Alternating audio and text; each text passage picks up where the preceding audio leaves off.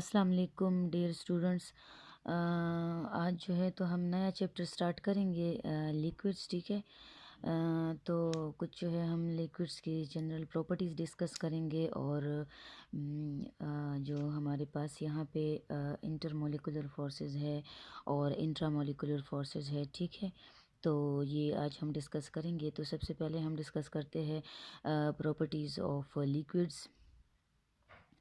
तो लिक्विड्स जो है ये मैटर का वो स्टेट है जिसकी जो है जिसका कोई डेफिनेट शेप नहीं होता। ठीक है ना।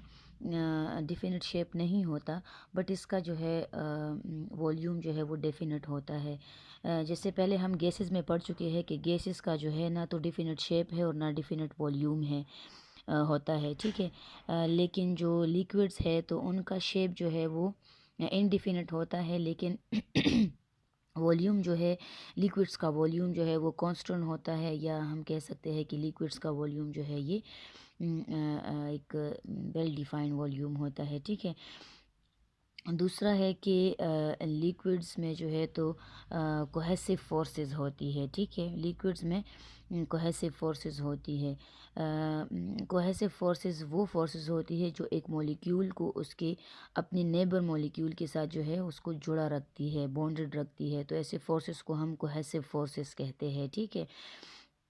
Intermolecular forces. अच्छा, जो नेक्स्ट हमारा पॉइंट है दैट इज़ के का जो काइनेटिक एनर्जी होती है वो गैसेस की काइनेटिक एनर्जी जो है ये सबसे ज़्यादा होती है than kinetic energy of liquid.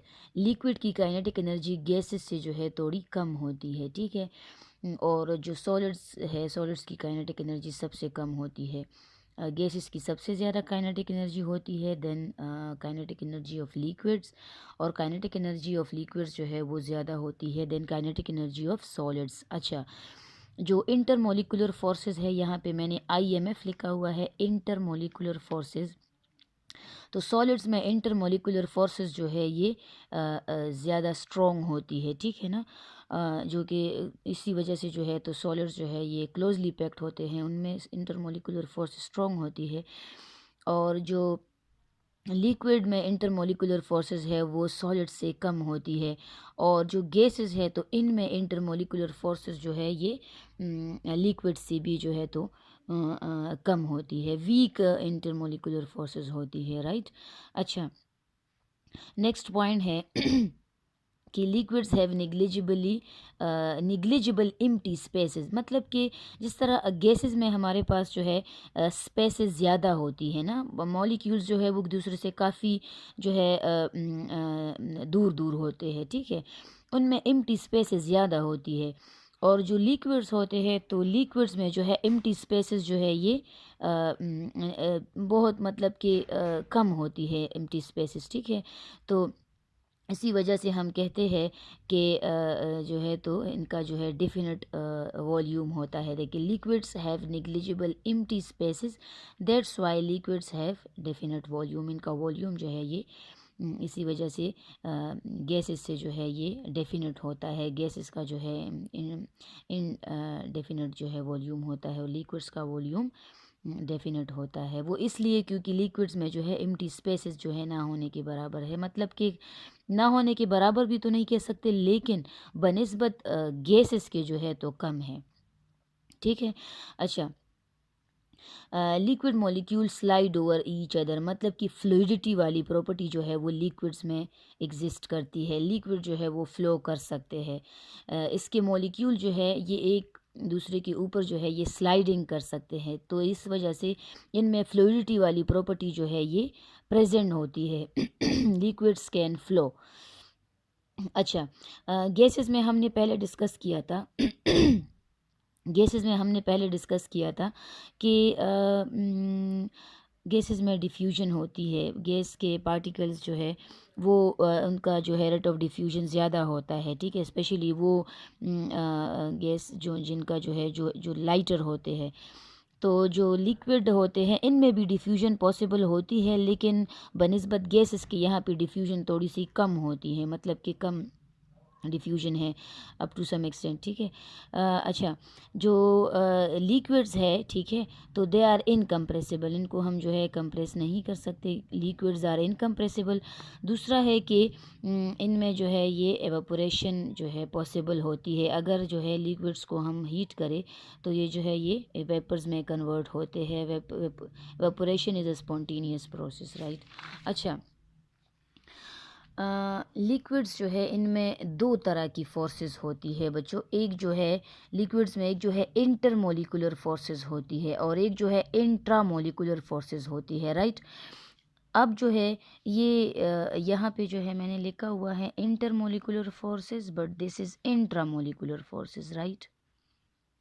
Intramolecular forces, ठीक है, and this one is intermolecular forces, intermolecular forces, ठीक है। अच्छा जी, जो इंट्रामोलिकुलर फोर्सेस है, a type of forces which is responsible या which are responsible to hold atoms in a molecule, ठीक है ना। इंट्रामोलिकुलर फोर्सेस वो टाइप है फोर्सेस का जो कि एटम्स को मॉलिक्यूल में जो है ये होल्ड रखती है, ठीक है। इंट्रामोलिकुलर फोर्स जो है वो फोर्स है जो मॉलिक्यूल में एटम्स को जो है जुड़ा रखती है या जो है तो होल्ड रखती है, ठीक है। इसके एग्जाम्पल में हम जो है ये देखें, फॉर एग्जांपल कोवेलेंट बॉन्ड है, कोवेलेंट बॉन्ड जो है ये इंट्रामोलिकुलर फोर्सेस है, ठीक है, इंट्रामोलिकुलर फोर्सेस से बनता है। अच्छा, कोऑर्डिनेट कोवेलेंट बॉन्ड है केमिकल, अब ये जो कोऑर्डिनेट कोवेलेंट बॉन्ड है या आयोनिक बॉन्ड वगैरह वगैरह, ये जो है ये इंट्रामोलिकुलर फोर्सेस। अच्छा, अब जो हमारे पास जो इंट्रामोलिकुलर फोर्सेस है ये केमिकल फोर्सेस है, ठीक है ना। और ये जो है ये जो इंट्रामोलिकुलर फोर्सेस है ये किसी कंपाउंड या मॉलिक्यूल की केमिकल प्रॉपर्टीज़ को जो है ये इफ़ेक्ट करती है, राइट। अब जैसे कि देखें यहाँ पे हमारे पास वाटर मॉलिक्यूल है HOH यानी कि H2O, ठीक है। ये एक मॉलिक्यूल है, हाइड्रोजन, ऑक्सीजन और हाइड्रोजन, इसमें ये एटम्स है।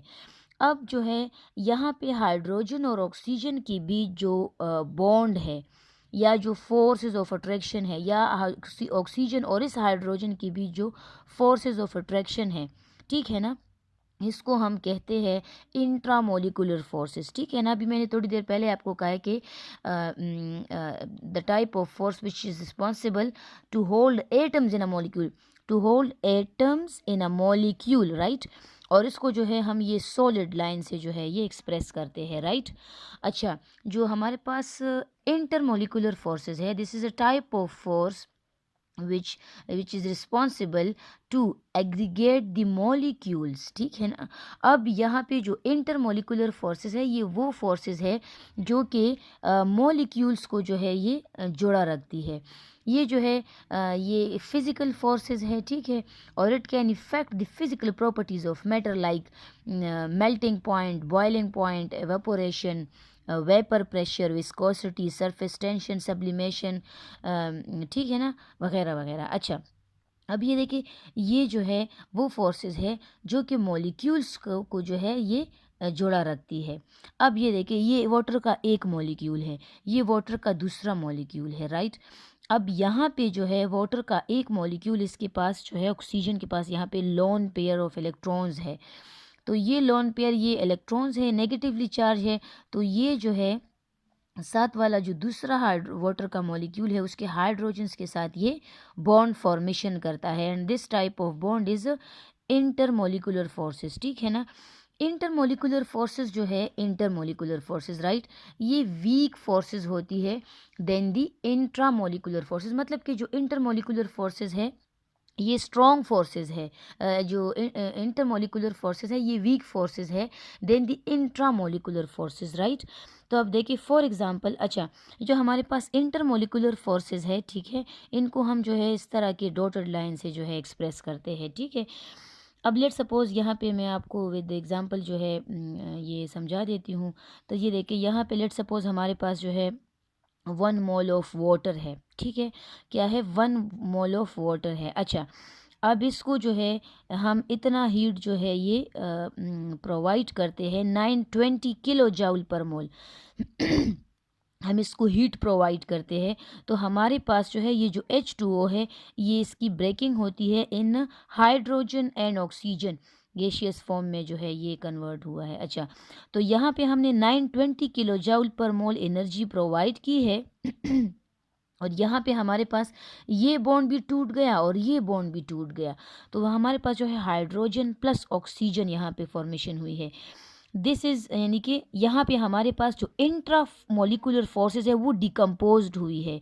जो इंट्रा मोलिकुलर फोर्सेज है, इंट्रा मोलिकुलर फोर्सेज, तो यहाँ पे जो इंट्रामोलिकुलर फोर्सेस है ये डिकम्पोज्ड हुई है। ठीक है, यहाँ पे ये बॉन्ड जो है इसकी ब्रेकिंग हुई है। अच्छा, अब यहाँ पे जो है ये देखिए, ये जो है केमिकल फोर्सेस ब्रेक हुए हैं। ठीक है, यहाँ पे केमिकल फोर्सेस ब्रेक हुए हैं। अब लेट सपोज यहाँ पर ये देखिए वाटर मॉलिक्यूल है 1 मोल ऑफ H2O। यहाँ पे जो है हम क्या करते हैं, हम 40.7 किलो जूल पर मोल एनर्जी प्रोवाइड करते हैं टू एवापोरेट इट। बच्चों यहाँ पे जो है बॉन्ड जो है टूट गया है, बॉन्ड ब्रेकिंग प्रोसेस है, राइट। यहाँ पे ये जो है स्टैंडर्ड बॉन्ड इंथैल्पी हम इसको कहते हैं, स्टैंडर्ड बॉन्ड इंथैल्पी। ठीक है, अब जो ये वाला है ये देखिए, ये स्टैंडर्ड इंथैल्पी ऑफ वेपराइजेशन इसको हम कहते हैं। यहाँ पे वाटर मॉलिक्यूल जो है यहाँ पे इसका ये वेपर स्टेट में कन्वर्ट हुआ है। देखिए वाटर मॉलिक्यूल चाहे यहाँ पे जो है लिक्विड स्टेट में हो या वेपर स्टेट में हो, लेकिन यहाँ पर जो है H2O ही रहेगा। वेपर स्टेट में H2O जो है कन्वर्ट नहीं होगा हाइड्रोजन या ऑक्सीजन में। ठीक है ना, मतलब कि यहाँ पर लिक्विड स्टेट में भी H2O ही है और वेपर स्टेट में भी जो है तो ये H2O ही है। मतलब कि यहाँ पे आपके पास सिर्फ ये वाली फोर्सेस ब्रेक हुई है। अभी हमने पहले डिस्कस किया है कि लिक्विड में एम्प्टी स्पेसेस जो है कम होती हैं बनिस्बत गैस के, तो ये देखिए अब ये गैसियस स्टेट में कन्वर्ट हुआ है ना तो ये जो है कन्वर्जन हुई है गैसियस स्टेट में। तो यहाँ पे इंटरमोलिकुलर फोर्सेस को हमने ब्रेक किया है, मतलब कि इंटरमोलिकुलर फोर्सेस जो है वो डिकम्पोज्ड हुई है, डिकम्पोज्ड इंटरमोलिकुलर फोर्सेस, राइट। अब ये फिजिकल बॉन्ड ब्रेकिंग है, राइट। अच्छा बच्चों, यहाँ पे एनर्जी से भी आपको अंदाज़ा हो रहा होगा, ये देखिए यहाँ पे 920 किलो जूल एनर्जी रिक्वायर्ड है। ठीक है ना, ये इंट्रामोलिकुलर जो बॉन्ड है, इंट्रामोलिकुलर फोर्सेस को तोड़ने के लिए जो है देखिए यहाँ पे 920 किलो जूल पर मोल एनर्जी रिक्वायर्ड है, और यहाँ पे इंटरमोलिकुलर फोर्सेस को ब्रेक करने के लिए यहाँ पे 40.7 किलो जूल पर मोल एनर्जी रिक्वायर्ड है। मतलब कि ये जो है आपके पास जो इंटरमोलिकुलर फोर्सेस को ब्रेक करने के लिए जो एनर्जी रिक्वायर्ड है वो कम है देन दी इंट्रामोलिकुलर फोर्सेस। ठीक है ना। अच्छा, अब in case of water molecule, ठीक है ना, तो यहाँ पे ये देखिए इंट्रा मोलिकुलर फोर्सेस के लिए जो है देखिए मैंने सिर्फ इंट्रा लिखा हुआ है, this is intramolecular forces equal to 920 kilojoule per mole और जो हमारे पास इंटर मोलिकुलर फोर्सेस है that is 40.7 kilojoule per mole, ये भी जो है तो किलो जूल पर मोल है। इसको डिवाइड करते हैं तो हमारे पास तकरीबन जो है वैल्यू 23 आती है। तो इसका मतलब है कि इंट्रा फोर्सेस यानी कि intra molecular forces in case of H2O is 23 times stronger than the inter molecular forces. ठीक है, तो बच्चों ये आज हमने जनरली इसको डिस्कस किया है। हम कल इंशाल्लाह जो है तो इंटर मोलिकुलर फोर्सेस के जो फर्दर एग्ज़ाम्पल है वो हम जो टाइप्स है इंशाल्लाह वो कल हम जो है डिस्कस करेंगे इंशाल्लाह।